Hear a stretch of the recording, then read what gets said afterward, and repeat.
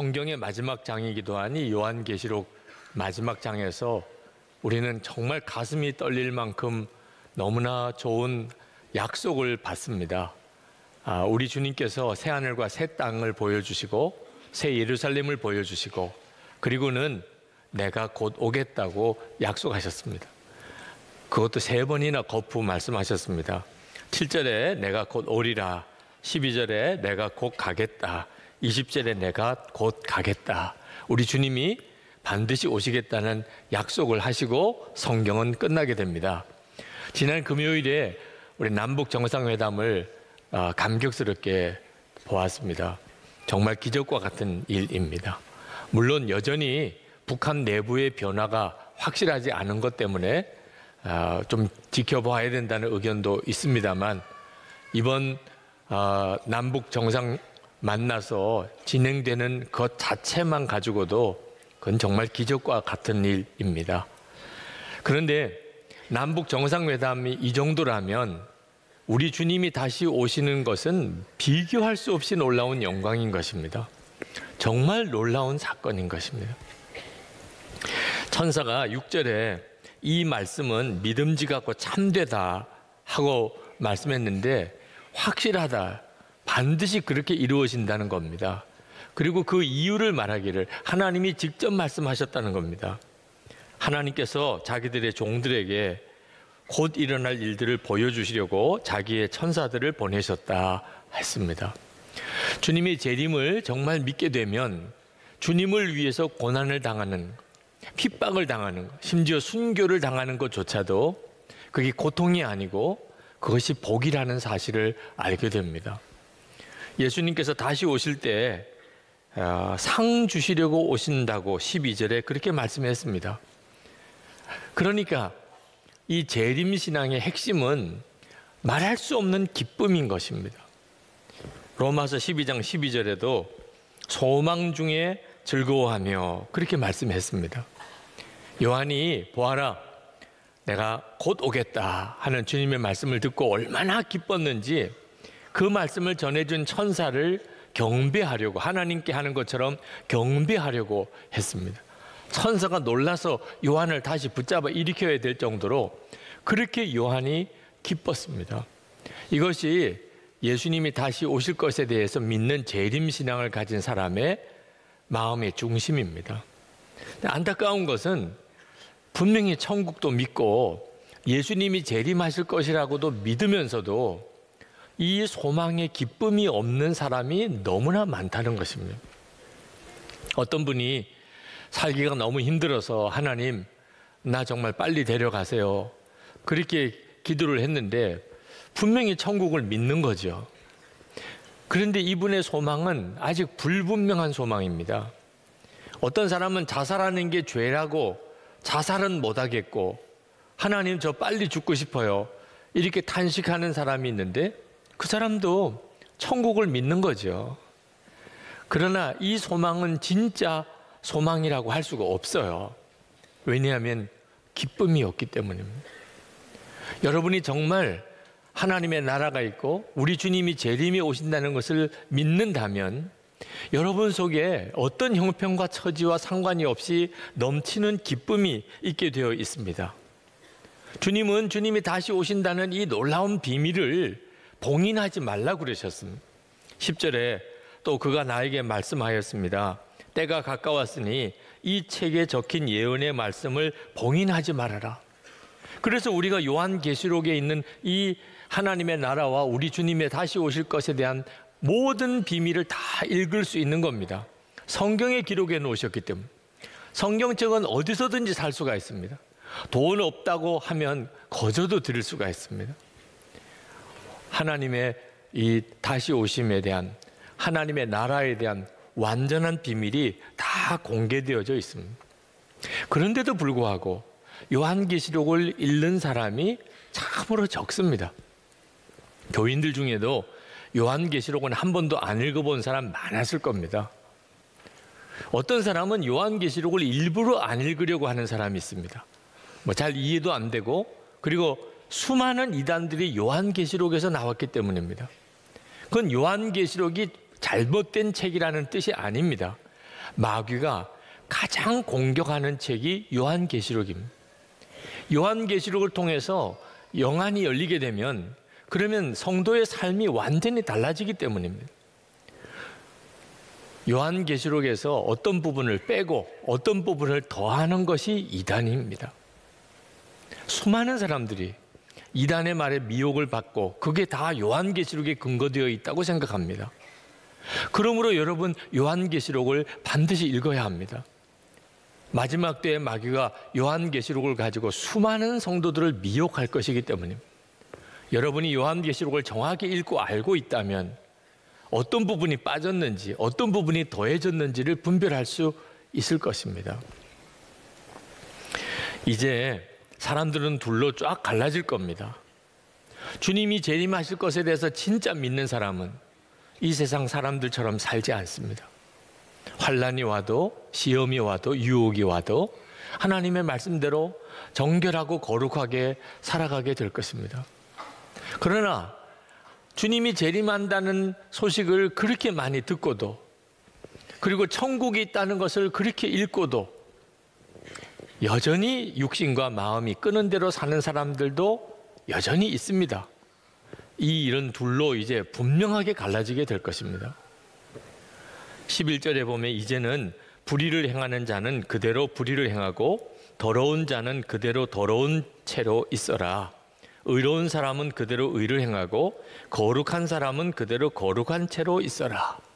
14절 15절에 사람이 완전히 다른 부류의 사람이 우리와 동시대에 살고 있다는 것을 보여줍니다. 여러분은 어느 편에 속한 사람입니까? 주님께서 다시 오실 것에 대해서 갈망을 가지고 있었던 초대교회 성도들은 삶이 완전히 다른 사람과 달랐습니다. 요한계시록에는 주님의 환상, 주님의 재림에 대한 환상이 나옵니다. 그러나 어디에도 정확하게 어느 날짜에 주님이 오실 것에 대한 이야기는 없습니다. 그래서 전천년설, 후천년설과 같이 신학적인 논쟁도 일어나기도 합니다. 성경이 명확하게 말씀하고 있지 않는 부분이기 때문에 그렇습니다. 이것이 하나님의 지혜입니다.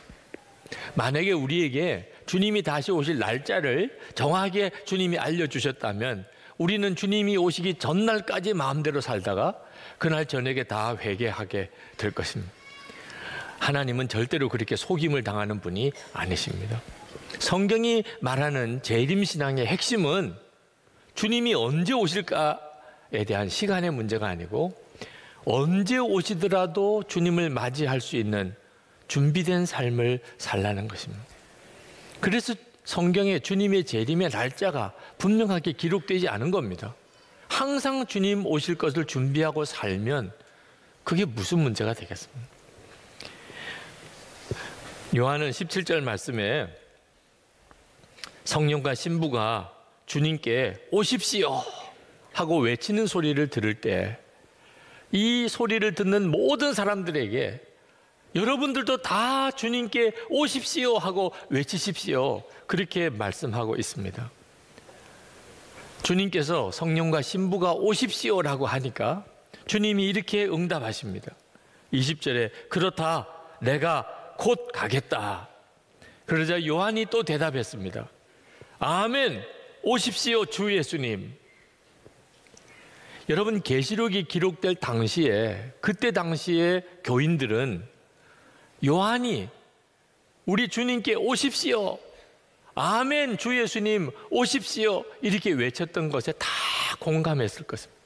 그리고 다 큰 소리로 그렇게 오십시오 외쳤을 것입니다. 왜? 그들은 말할 수 없는 핍박 가운데 고난 가운데 예수님을 믿고 있었기 때문입니다.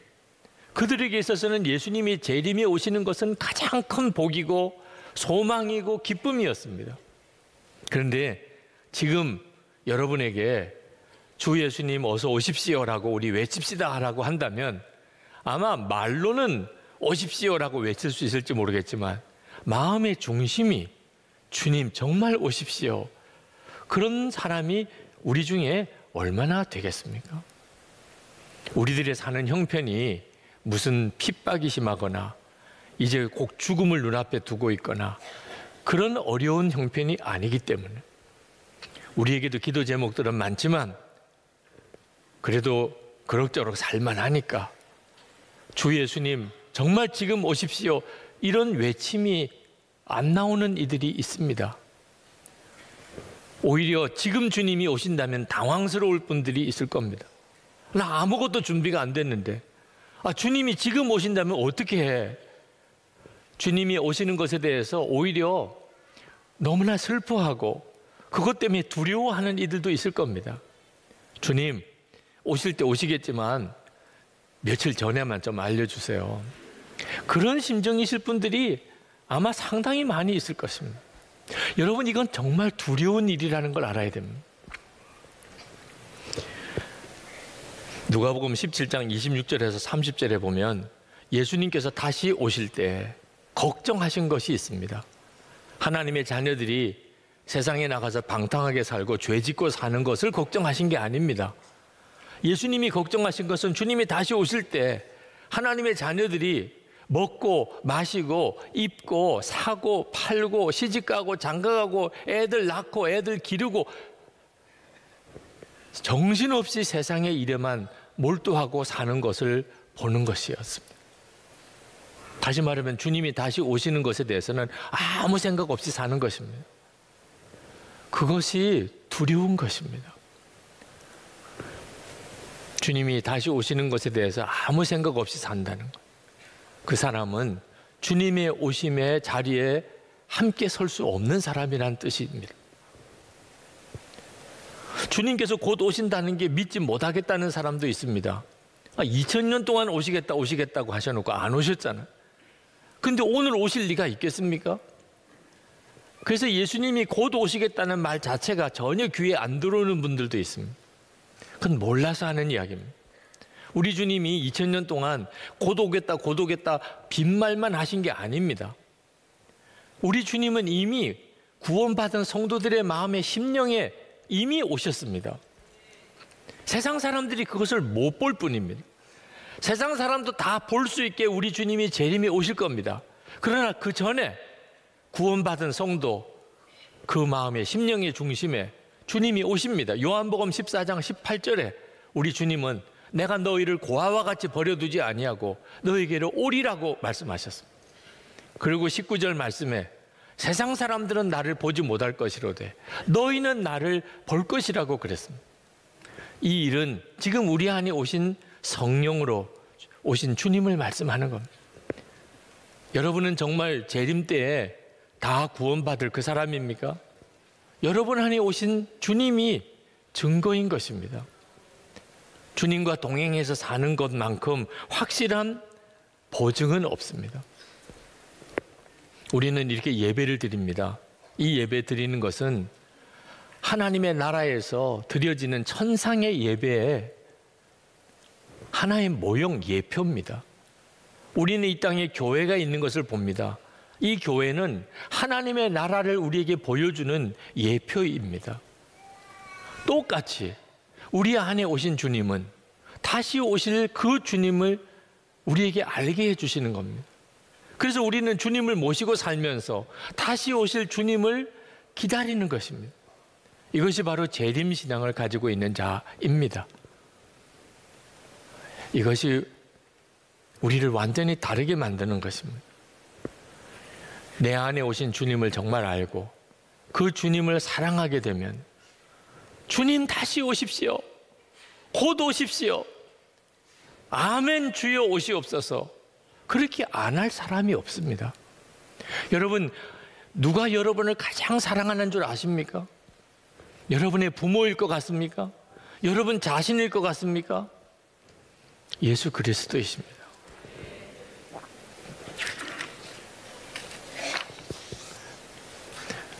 만프렛 지발트라고 하는 사람이 누가 너를 사랑하는가 라는 시를 썼습니다. 너의 능력이 사라진 후에 누가 너를 사랑하는가? 내가 일할 힘이 없어졌을 때 너를 사랑하는 이가 있는가? 내가 꽂아놓은 보리자루처럼 가만히 있어도 내가 있다는 것만으로 기뻐하는 이가 있는가? 내가 가진 지식과 능력과 소유를 먼저 묻지 않는 자가 누구인가? 누가 너를 사랑하는가? 내 예쁜 눈을 사람들이 좋아하고 깨끗한 피부를 사람들이 칭찬하고 멋진 외모에 시선이 쏠리지만 너를 진정 사랑하는 이는 누구인가? 그들이 너의 의견을 존중하고 내 주장을 인정하며 내 지식과 논리에 박수를 보내지만 누가 정말 너를 사랑하는가? 너의 멋진 모습 뒤에 감추어진 면을 보면서도 그것까지도 사랑하는 그런 사람이 내게 있는가? 그렇다면 기뻐하게, 나도 함께 기뻐하겠네.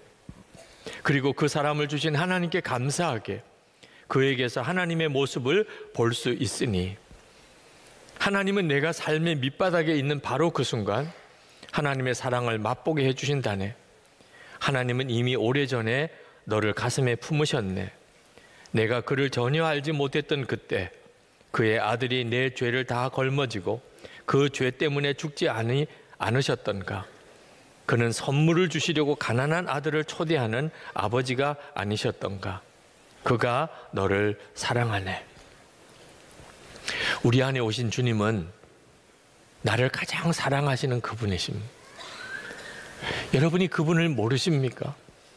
그렇다면 이 시간에 주님께 구하시기 바랍니다. 주님, 제 안에 오셨음을 제가 알기를 원합니다. 그래서 제게 다시 오실 주님에 대한 눈이 분명히 뜨이기를 원합니다. 여러분이 그렇게 기도해 보시기 바랍니다. 이번에 제주도에서 아주 요즘 교회에 대해서 여러 가지 핍박이 있는 나라의 목회자들이 초청을 받아 오셔서 세미나를 했습니다. 그 세미나를 섬기려고 갔던 봉사자들 중에 한 자매가 자기 자신의 믿음에 대한 큰 좌절을 경험을 했습니다. 원수도 사랑하는가? 대답을 할 수가 없었습니다. 소망의 기쁨이 너에게 있는가? 자신 있게 대답할 수가 없었습니다. 저녁 기도의 시간에 그 오신 그 나라의 목회자들이 울면서 기도하는 그 시간에 이 자매도 눈물을 펑펑 쏟으면서 기도했습니다. 내가 진짜 예수를 믿는 게 맞나? 왜 내게는 예수 믿는 증거가 없을까? 그때 김성애 목사님이 그 자매 우는 것을 보고 그 자매를 위해서 기도해 주면서 기도 제목을 물었더니 그 이야기를 하는 겁니다. 나는 진짜 예수 믿는 사람이 아닌 것 같아요. 나는 원수도 용서할 수 없어요. 나는 소망의 기쁨이 없어요. 내가 진짜 예수 믿는 사람 맞을까요?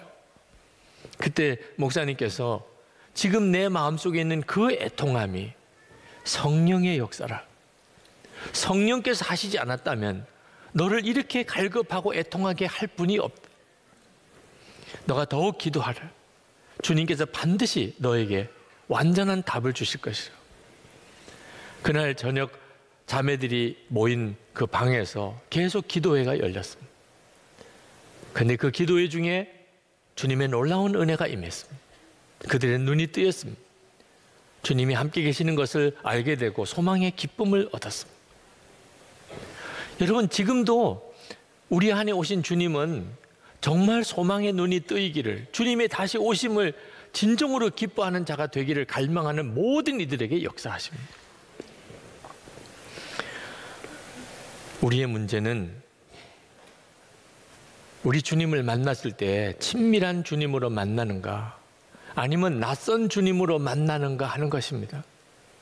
지금 마음에 오신 주님과 날마다 동행하는 사람이어야 우리 주님 오실 때 친밀한 주님으로 만날 거 아니겠습니까? 그래서 예수 동행 일기를 쓰시라고 그렇게 권해드리는 겁니다.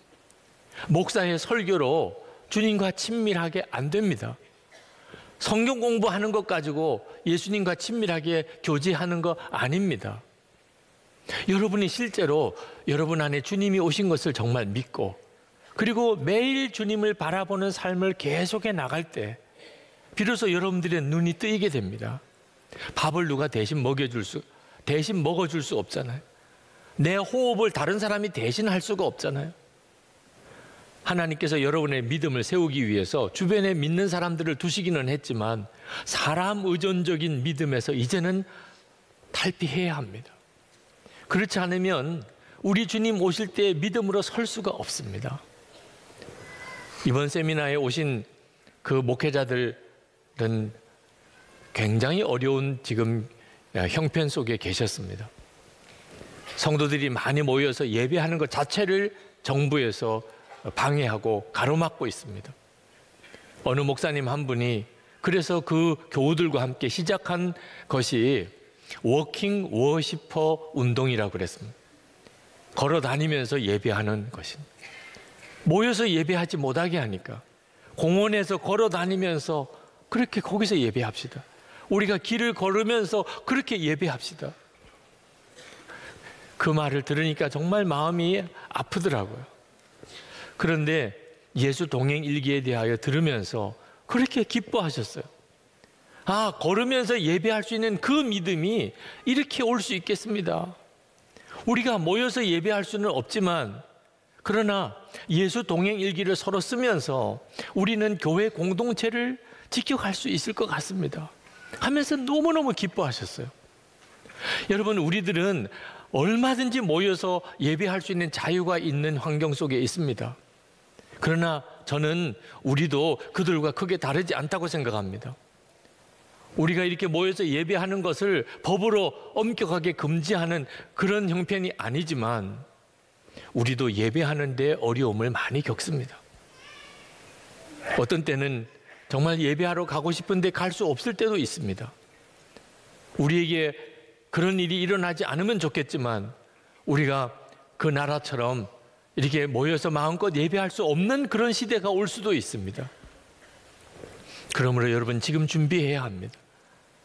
주님과 여러분 안에 오신 주님, 다시 오실 그 주님과 친밀하게 동행하는 훈련해야 합니다.